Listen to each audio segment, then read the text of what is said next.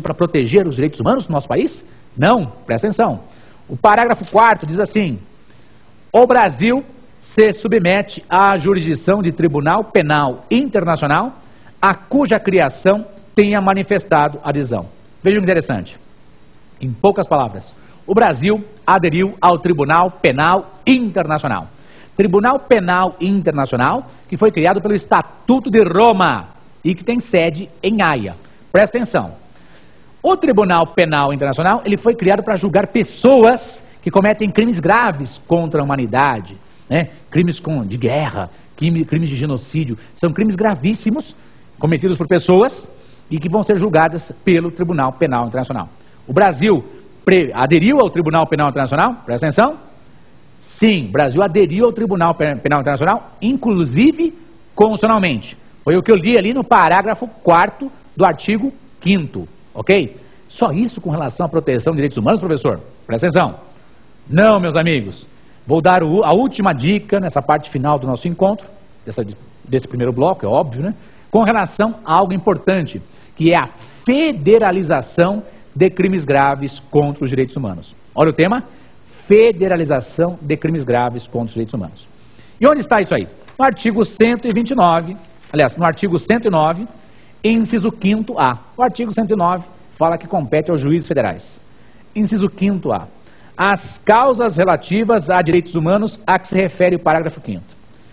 Artigo 109, inciso 5º-A, combinado com o parágrafo 5º, que diz assim: nas hipóteses de grave violação de direitos humanos, o Procurador-Geral da República, com a finalidade de assegurar o cumprimento de obrigações decorrentes de tratados internacionais de direitos humanos, dos quais o Brasil seja parte, poderá suscitar perante o STJ, Superior Tribunal de Justiça, em qualquer fase do inquérito processo, incidente de deslocamento de competência para a Justiça Federal. A federalização é mudar a competência da Justiça Estadual para a Justiça Federal, porque ela está cooptada e estão sendo violados direitos humanos, direitos previstos em tratados internacionais sobre direitos humanos que o Brasil faz parte. Veja que interessante. Fizemos uma viagem dos principais artigos com relação à proteção dos direitos humanos previstos na Constituição. Nosso encontro acabou? É lógico que não. Nós temos o quê? Temos o segundo bloco. Segundo bloco diz respeito a pergunte ao professor. Perguntas feitas sobre o tema que nós ventilamos hoje e que nós vamos responder nesse momento posterior. Vamos lá?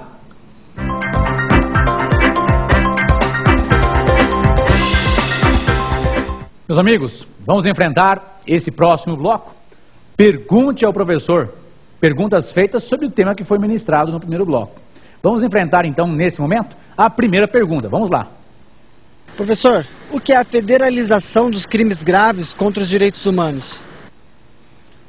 Meus amigos, com relação à federalização de crimes graves contra os direitos humanos, foi o finalzinho do primeiro bloco, né? Diz respeito ao quê? A possibilidade de mudança de competência. Olha o tema: federalização de crimes graves contra os direitos humanos. Presta atenção. É a mudança de competência. Vou mudar a competência da Justiça Estadual para a Justiça Federal.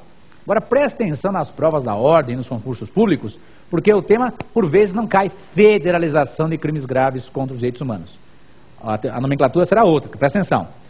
É a famosa, né? Ou o famoso incidente de deslocamento de competência. Incidente de deslocamento de competência. Também chamado de federalização. Onde está previsto? Já tínhamos visto, mas presta atenção. Está previsto no artigo 109, inciso 5º-A e no seu parágrafo 5º. Então, o que é importante para que haja federalização de crimes graves contra os direitos humanos? Os requisitos são esses, presta atenção. Meus amigos, eu preciso de um tratado internacional sobre direitos humanos, que o Brasil faça parte. Primeiro requisito, um tratado internacional sobre direitos humanos que o Brasil faça parte. Além disso, a necessidade de um crime grave contra os direitos humanos previstos nesse tratado internacional. Tá? Crimes graves, né, contra os direitos humanos previstos nesse tratado internacional. Só isso? Não. Meus caros, a justiça local, a justiça estadual, está cooptada, está viciada. Ela não está realizando a atividade de reprimir essa violência aos direitos humanos. Então vamos dar um exemplo, talvez seja um exemplo radical, mas para você fixar a matéria. Bom, o Brasil, Ele faz parte, né, da Convenção Internacional de Proteção às Crianças, ok? E lá, é óbvio, se protege o quê? As crianças. Imagine que em certo estado, os pais costumam ser muito, mas extremamente violentos contra as crianças, causando mutilações, cegueiras, etc. Violações graves contra os direitos humanos, protegidos nesse tratado internacional que o Brasil faz parte. Muito bem. O delegado de polícia não quer instaurar inquérito. O promotor não quer oferecer denúncia. O juiz, quando tem denúncia, ele arquiva. Perceba, existem graves violações aos direitos humanos. O Brasil faz parte desse tratado internacional que protege tais direitos humanos e foi verificado que a justiça local, estadual, ela está cooptada, viciada. É possível mudar a competência. Agora, não se esqueça, meus caros, só o Procurador-Geral da República pode suscitar essa mudança de competência. Só o PGR, Procurador-Geral da República. Agora, presta atenção. Qual será o foro? Junto comigo. O foro será o Superior Tribunal de Justiça. Então isso vai cair na primeira fase de vocês, ou em concursos públicos, né? Primeira fase. O incidente de deslocamento de competência da Justiça Estadual para a Justiça Federal é possível constitucionalmente quando houver o quê? Meu amigo, junto comigo. Grave violação de direitos humanos. Esses direitos humanos são previstos em tratados internacionais que o Brasil faz parte e percebe-se que a Justiça local, estadual, está cooptada, está viciada.